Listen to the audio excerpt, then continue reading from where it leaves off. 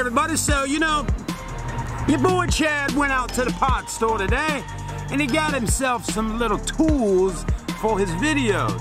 So today's video is brought to you by A&W Root Beer. I doubt they'll ever sponsor me, but I figured I'd go ahead and get it out there. Now what we're gonna do today, while we're out here today, we're gonna be checking, first off, my first new shiny tool is the tire pressure pin, okay?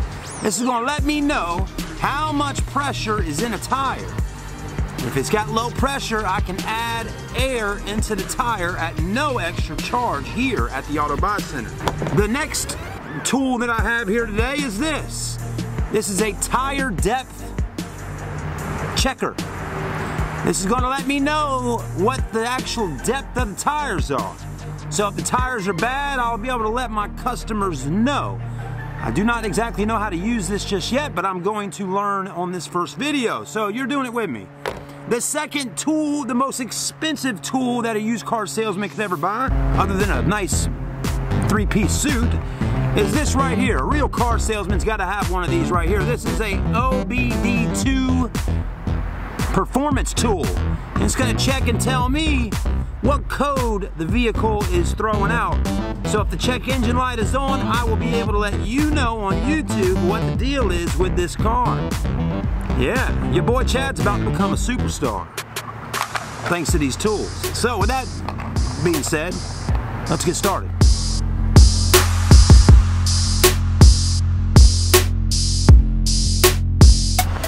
So I know that my front tires and my back tires are pretty bad. They're probably so bad they just need to be replaced. But I'm gonna go ahead and take a look for the first time with my tire depth checker. And I'm gonna let us figure out here what the depth is of the tires. So what I'm assuming, again, it's my first time ever doing this. I've not had a mechanic give me any advice. I haven't had anybody give me any advice other than me going over to the parts store looking for these items. I'm gonna go ahead and take a look here. Put this here, I'm assuming, by the edge of the tread. Press down. And this should, well, hold on a minute. Let's do it like this. Right there. So this tells me that I am at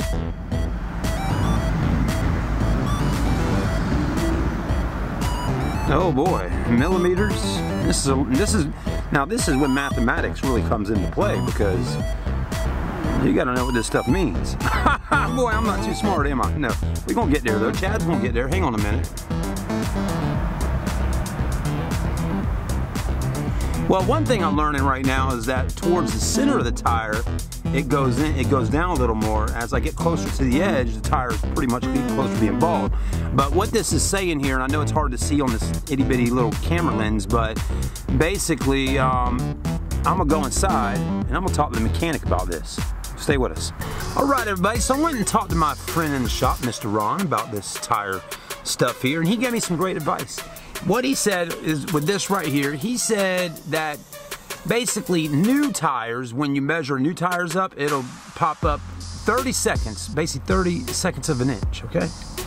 He said that from 14 to 20 on here is pretty much like a new tire, from 14 to 20, somewhere in there.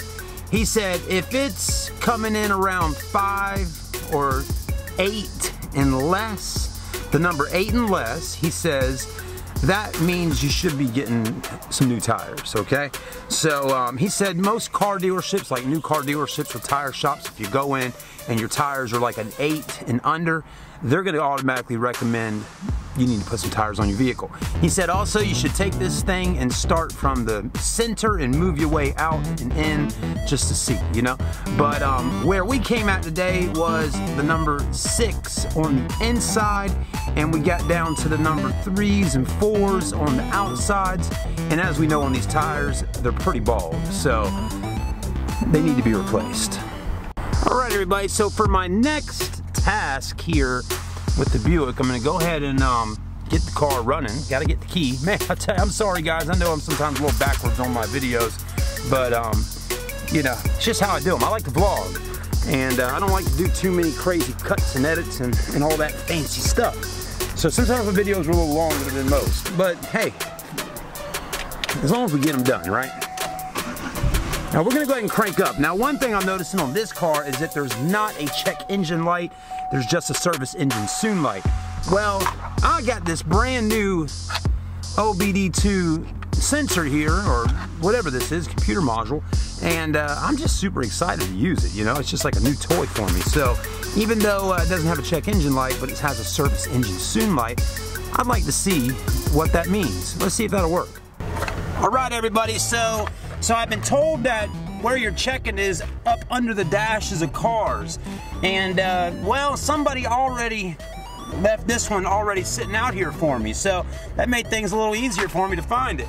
What we're gonna do is we're gonna go ahead and plug this thingamajiggy right into here. Oh, wow.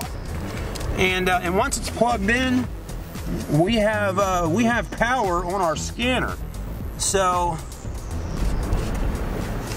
now I'm no expert. I haven't even read the manual on this thing yet, but I'm just curious what's going on. All right, it says OBD II EOBD code reader. Let's go ahead and hit enter and scan. Linking the vehicle. System status. Codes found 3. Monitors 3. Monitors OK, and number 8. Diagnostic menu. Okay. Let's go back to read codes. Heater resistance, bank 1, sensor 1. There's another one, O2 sensor. Oh wow, okay. For the heater, circuit bank 1. A catalyst system, efficiency below threshold, bank 1. Heater resistance, bank 1. Sensor heater circuit bank. And a catalyst system, efficiency below threshold. All right. Hit the exit button and we're gonna get right on back out of here. It says exit, yes. Okay, so obviously I don't really know what all those things mean because I'm not a mechanic, and it will take some time for me to learn and figure out what all these different codes mean. But I've definitely heard the O2 sensor one quite often. But the heaters and the catalysts and all that, not really familiar with. So I'm gonna open up my old handy book that came with this thing and I'm gonna read up on it.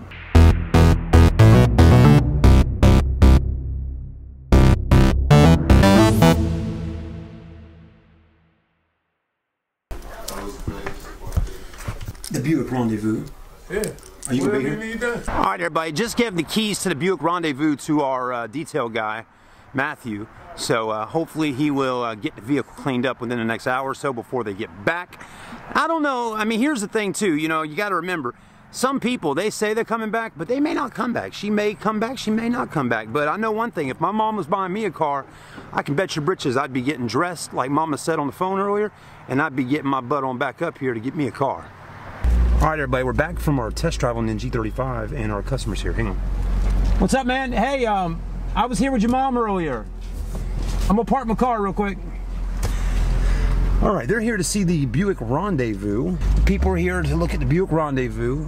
Obviously didn't have enough time to get it cleaned up, but the son, the daughter, the kids, everybody is all here. So let's go ahead and do what we gotta do. We're not gonna make the camera very prevalent right now, part of the sale, because I don't want to startle my customers. A lot of people aren't very camera friendly, and so we'll hold off on the camera and go drop it back off in the office until we get a little further throughout the sale. Stay with us. All right, so what just happened was the customer, his mom, his wife, and the children were out there, and they were looking at the Buick Rendezvous, and it doesn't have third row seats. So at that point, the sale's off. You gotta have third row seats. That is definitely the key to this sale, is having third rows. And he said the CXL model had third rows. Ours isn't a CXL. That's the loaded up edition on that car. Anyways, now as a good sales guy, I'm going to go out there and actually try to switch them up and find a car that will work for them with third row seats. And from what I was just told, you know, I said, you know, the only ones I have with third rows is a Nissan Pathfinder with 266,000 miles, a Toyota Sequoia with 260,000 miles, and, you know, in his price range, he's got to be $25,000 to $3,000. Those are still even over. They're like $3,500, $3,900, okay? They're still over. Then I say, well, we have 2 minivans out here that are $2,000 and $2,500. Oh, no, can't do the minivan. Thought about it, just can't do a minivan, man. I said, well, you know, I mean, you got a family, you got 2 children, a wife, you need transportation, brother. You need to be able to get your family down the road, get them to school, and families first, you know. But anyways, you can't change people's opinions on it. All I can do is show them what I got. Let's try.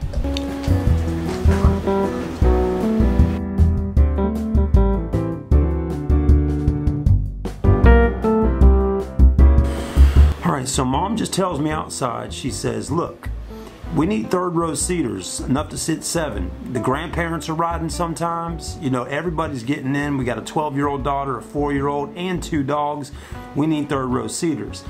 I said, ma'am, I got plenty of cars out here that'll work, but how much money are we really working with so I can put my head around this whole thing and find just the right car for you? She said, Chad, I got $2,900 cash. That's all I got until my husband gets paid next week. So we got to find a $2,900 car that'll work. We should be able to make it happen, but I have to figure out how to get the customer to lighten up a little bit and kind of get back down to reality on what will work in that price range with mileage and the type of car. Again, I'm going back to a minivan. I got 4 of them on the lot that are in their range.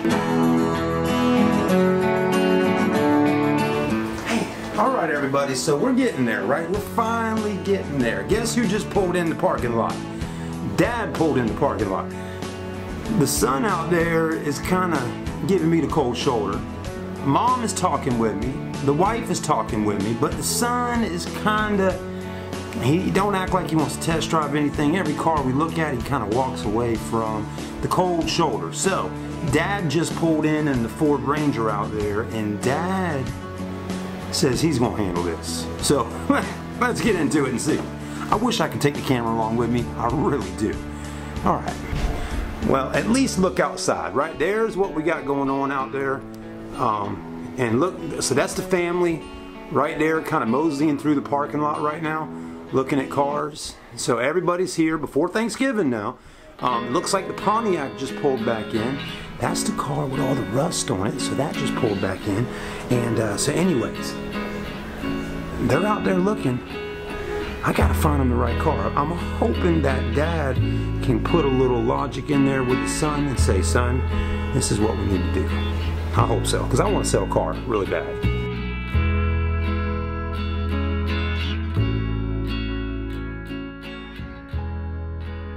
Alright everybody, it's the end of the night, and the family that came, they bought a car. They did. They bought a Saturn Relay minivan, 2005, which is a really nice van. I was actually surprised about it. I haven't been able to do a review on it yet because we just bought it at the auction not that long ago, but what a nice van they got tonight for $2,200 plus taxes and tags. Man, they made out good. So congratulations to the family out there, and I'm glad that it all worked out.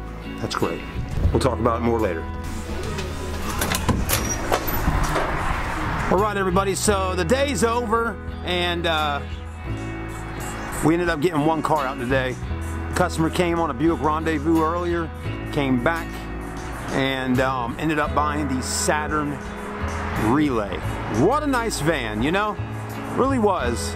And I made sure they drove it for a good 30 minutes, left it running out in the parking lot for quite some time after they got here to make sure it wasn't going to overheat on their family.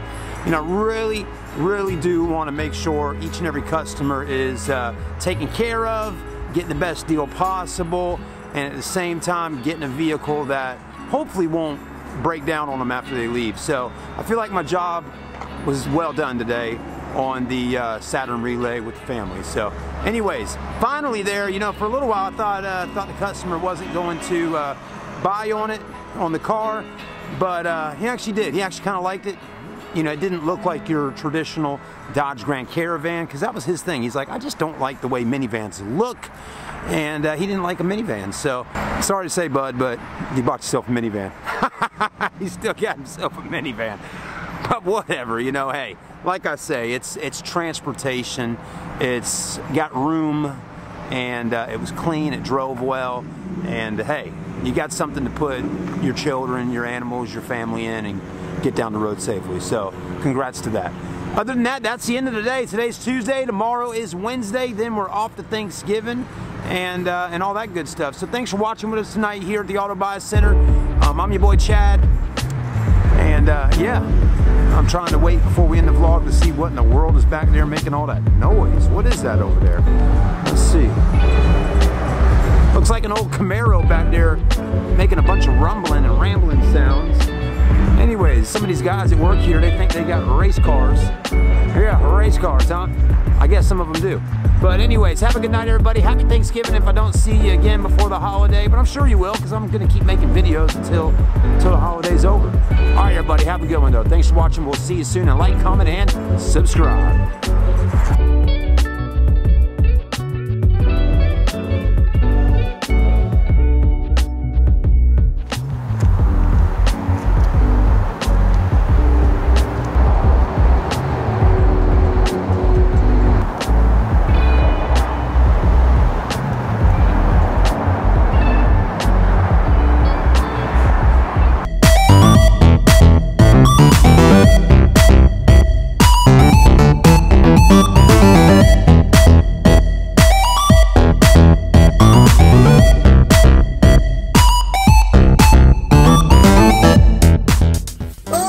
This week I made a video and oh boy, yeah, I think everybody seems